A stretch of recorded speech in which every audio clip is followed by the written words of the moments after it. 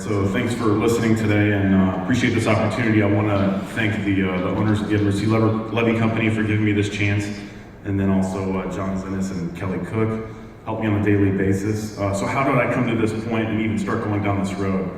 Obviously, I wanted a very good excuse to look at things in the air. I mean, I'm a pilot, so that was kind of what I wanted to do. So when I got into this industry, this provided me an opportunity to use things. I didn't plan on it being a drone, but in this case, the purpose of this whole talk for me is just to hopefully save you some time if you're in operations or at your site or trying to measure a stockpile. Because I just want to kind of review the whole thing for you, honestly, from my perspective as an operations guy, how it's worked for me. So, first I'll say that initially as a supervisor in Dearborn, Michigan, I was paired up with my site manager at the time who had about 40 years in the slag industry. And it came time for the end of month, inventory check. I don't know if you guys have to do that, but we went around and I said, so how do we verify that these numbers on the books, this is 20,000 tons, this is 30,000 tons, how do we do it? And he said, okay, follow me, Ryan. And so he took me up in his truck, we walked up to the top of the pile, and we looked at the whole pile, and he just said, do you see that in your eyes? That's about 30,000 tons. I said, okay, so that was the level of accuracy in 2015 with measuring piles, which kind of blew my mind. I was like, we're sending people to space, and this is the best we're gonna do in 2015 or whatever. So I wanted a more accurate way to do it, and I wanted to be able to trust my inventory. And another thing that was extremely frustrating was with our sales department in our company. Obviously, we manufacture, we handle slag, we process slag, and then we sell it to end user customers, that goes primarily into the asphalt industry. And so when they're doing one of these major road projects in the US, they'll do a major interstate system. Here in Germany, they would do the Autobahn. It's taxpayer money, and as a lot of you know, when it's taxpayer money, it matters extra, and it has to be exact and it has to be right. So when they want a certain quantity of material, you've got to tell them that you can supply it, and you've got to do it, at a high quality and in a fast fashion. You have to know if you have the material or not. So my first year as a site manager, truthfully, I didn't really know exactly how much material I had. We take the material, the slag, in molten form out of the steel mill. We dump it into a pit, like probably most of you do, and then we process it through a slag plant. And at that point, you have scales on the plant, so we have scales to go off of, but we don't account for ground loss and how much metal was taken out, right? So, and then aging of the material, as moisture hits it. So we didn't have a good way to do it, and that's kind of how I got to this whole thing. So I think I remember asking John Zinnes, I said, is there a more accurate way to do this? And the options to me, I'll go through some of them here, but it was you can actually fly an airplane over, you could do this photogrammetry with an airplane, but you're talking, the steel mill that I work at now, they paid about $60,000 US per year just to measure their piles, and it wasn't even as accurate as these drones are. So anyway, this is much more of a low-cost method to be very accurate. I use the drone about every 2 weeks at my site, assuming the weather is good. And basically it just goes over the top of the site, takes pictures, it's on autopilot, and I download the pictures and we'll kind of go through that.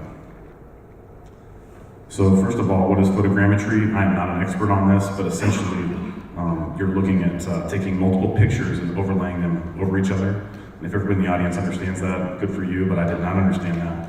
And you're taking little data points of each picture and then triangulating these points. So this is kind of an example of that. So this is a curve in Seattle, Washington. And you can see two pictures, but from different angles, will give you different points to measure something. These are all the equations behind it. I'm not one of the equation guys per se, but if you're looking into how it's done, this is the methods of madness that's on your jump drive. So this is that same curve, and it's looking at the different images and how they put it together to make like a 3D map of the curve, just to give you an idea of how accurate it could be. And this is just two pictures in that one location. Imagine if you were to take 50 pictures of how detailed you could get.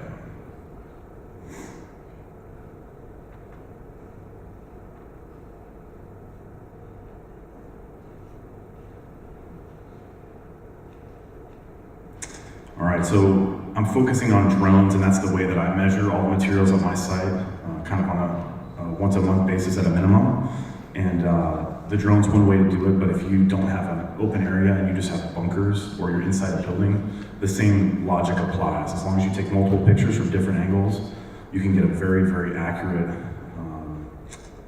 estimate of your piles. And I know one of the questions is probably gonna pop up after this, how accurate have I found it to be at my site versus scales or things of that nature? It's within about 1% accuracy. So it gives you a good overall look and it's extremely accurate. So a drone is one way to do it, but you can do it with anything that can take a picture.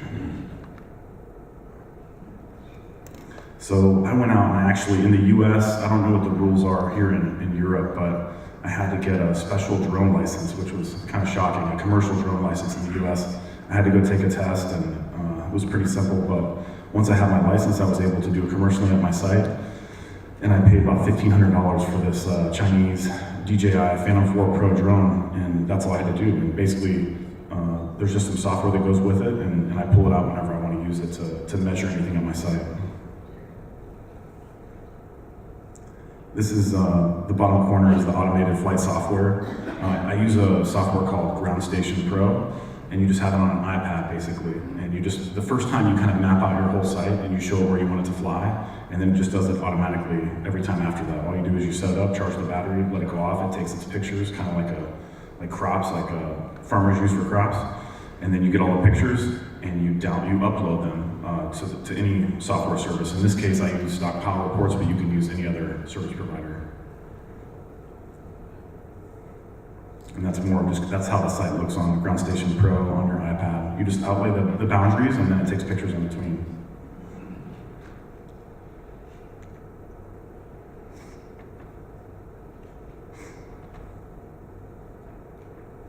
All right, so this is actually my site in Butler, Indiana, and basically it's just going to show you how you overlap the pictures.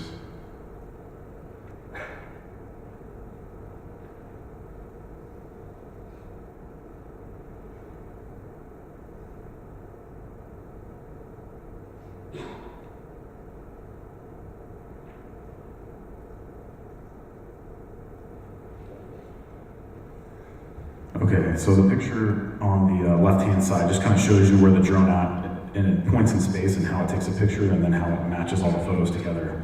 So all the drone does, or the camera, is just take the pictures and then you upload the pictures and they all get merged together. I think they splice all the pictures together.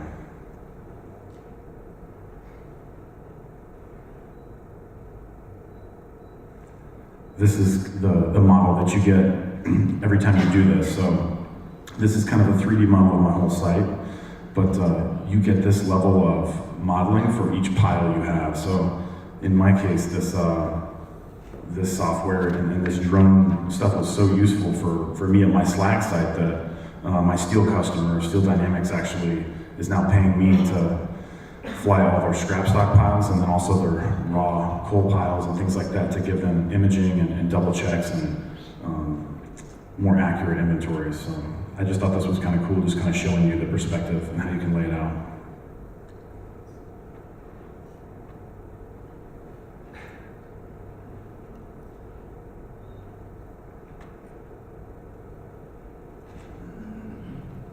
Okay, so once you get all the pictures and you upload them to the, in this case, Stockpile Reports, basically you just outline the piles, it'll automatically do that for you, and then you just identify the different piles, what commodity is it. And then you have to know the density of whatever commodity you're trying to measure, right?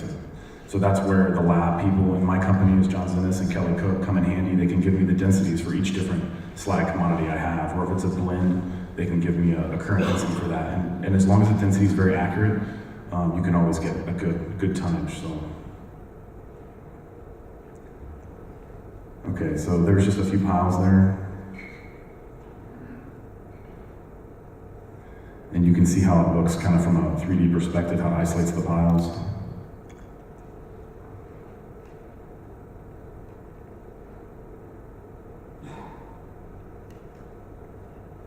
All right, but yeah, it tells you how many yards of slag or dirt are there. And another big thing is the safety benefits. I mean, just walking around on top of a pile is extremely dangerous. You could fall into the pile, fall down the pile. So, and there's also like backpacks you can wear, but they all require people to be out in the field, and there's chances to be hit by loaders, trucks, all sorts of things. I'm sure you guys have seen some of our work sites, and they're not always the safest places. We try to make them as safe as we can, but anytime you can get a pedestrian off of the ground or away from the threat or the hazard, it's a good thing. So this was a huge bonus for us in that area. The operating distance is also pretty nice. So you can stand off, so you can be off the site and then fly it in. It'll take the pictures and come back to you, and you're in a safe location. So that's been very beneficial. So if you don't want to go through the hassle of getting like your drone license or dealing with this on a daily basis, one of the things I'm considering for my site, you know, after I leave the site or whatever the plan is to have something called drone base, or it's kind of like, I would say, like Uber, except for drones. And so you can just have some kid come in, some 18-year-old kid, kind of a nerd, and he comes in, he just does it, you know, regularly, and they just pay for that service, and he just knocks it out. So definitely another option. I do want to be totally honest about it. So a couple issues I've had with the drone. Number one is the weather. So you have to be typically, you want to be, I don't know the Celsius, but in Fahrenheit, I don't want to fly it under about 30 degrees Fahrenheit. So just below freezing, yeah. So you got that issue, and then additionally the wind. If the wind is too high and the wind's aloft, so you know, you're looking at probably flying about 400 feet, 350. You don't want to have winds over about 25 miles an hour, so that can blow it away. And then additionally, around the steel mills where I'm checking these materials, one day my boss called me, general manager, and he said, hey, I need the drone right now. I need you to head down to Columbia City, which is another site we have. And so I raced down there, I was like, I'll just take care of this. He had told the steel customer that we had this new capability, we could measure things. So I ran down there, got the drone out, and we did it right by the electric arc furnaces. And it was pretty close to the scrap bay, which is where the scrap goes in before it gets to the furnaces. Long story short, it took off and went up to about 100 feet, and then there was what we found to be extreme electromagnetic interference between the controller and the drone. And so it actually took off and went flying. So anyways, you can imagine I got a lot of flack for that. But it ended up landing on top of the melt shop at the steel mill. We didn't find it until about 6 months later, but long story short, we sent it back to the Chinese company and they fixed it and it was good to go. So, but yeah, it was kind of crazy in that regard. So definitely know what you're doing, and also if there's any kind of iron or metal in the ground. So if you're at an old steel mill and maybe they buried some scrap or there's just scrap over time, when you're trying to align the navigational units on this, it's very tough to do with the drone. So you may have to go find a different location or find some sort of conveyor belting or something to put on the ground to get in between you and that metal, so the drone can do its work.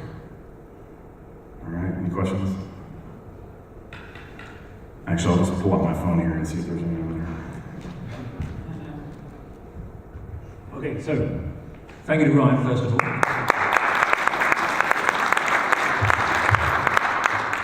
So Ryan, since you're technologically ahead of us, would you like to choose your own question? Yes. Yeah, I'll go through it. Let's see. So Victoria, any legal restrictions we should know about flying drones above landfills, at least in Europe? In some countries, it's not allowed. I don't know about that in Europe, but there's no restrictions in the US over landfills. I know that. Do you own your own software license to compute volumes? I would like to. So we can talk about that later, Jeff. How many photos do you use on the routine at the Butler site? That's a good question. So typically, to get a good feel for the whole site, it's usually about 250 pictures, and it takes about, I'd say, 14, 15 minutes. And it's probably about a 40-acre site. So, how do you derive inventory masses from inventory volumes, considering density changes over time, after precipitation, etc.? That's good. Yeah, so depending on the change in precipitation, yeah, you might be a little off, but what we've done, John Zennis and I, is he'll give me an average for a certain type of slag over a whole year period. So you just kind of spread it out like that. You'll never know exactly, but we use fixed densities for the whole year, and then what I've done is updated the densities per commodity per year, and that way you have a fixed rate. We do the same thing for the mill scrap, things like that for coal. Processing time, 15 minutes. Oh, processing time. Okay, so 15 minutes to take the pictures, to upload them to the computer or into the software. I would say it takes about 20, 30 minutes sometimes, depending on your internet speed. And then once you upload it, it usually takes about 4 hours for them to come back with an image of your whole site with those little rings around each pile. and you have to verify it. You just kind of audit it and say, yes, this is caster slag, or converter slag, as you guys call it. This is EAF slag. And after you identify it all, you resubmit it, and then it takes about an additional, I would say, average 4 hours for your tons to come back. So you can have the whole thing done in about 8 hours, 8 to 10 hours. It's pretty quick. Plane or drone? Plane, yeah. But for the money, for something like this, it's just financially not worth it. So for the drone, I spent $1,500 up front. I do pay a subscription fee for the software, which is about, I'd say, $4,000 US a year, which actually isn't that bad. And that's pretty much it. There's no other cost to it other than my time. So. Okay, so a couple of questions from me. I don't know if you said this during the presentation, but how high is the drone? What's its average of the height? 400 feet. Okay. I don't really know much about the sites where these slag piles are, but presumably they're all flat, yeah? Is that right or not? No, the stockpile. Oh, you mean underneath the pile? Underneath, yeah. Yes, that's also a very important piece right there. So this software, at least this software that I'm using, assumes a flat surface underneath. So if it's not, then yeah, you probably have some inaccuracy problems. At my site, all the areas are pretty flat underneath the piles, but yeah, I see what you're saying. Yes, it would measure. I mean, what I'm saying basically is if all these piles were sort of on hills, then... Yeah, you could have an issue. Yeah. Okay. Do you know what resolution the camera is shooting at? Do I have the resolution of the camera? Yeah. I just know it's a Phantom 4 Pro. I think it's like, it shoots 4K. Okay. Right, well that's all the questions from me. Do we have any more questions from the audience? Right, in which case, thank you very much to Ryan Hunt. Thanks.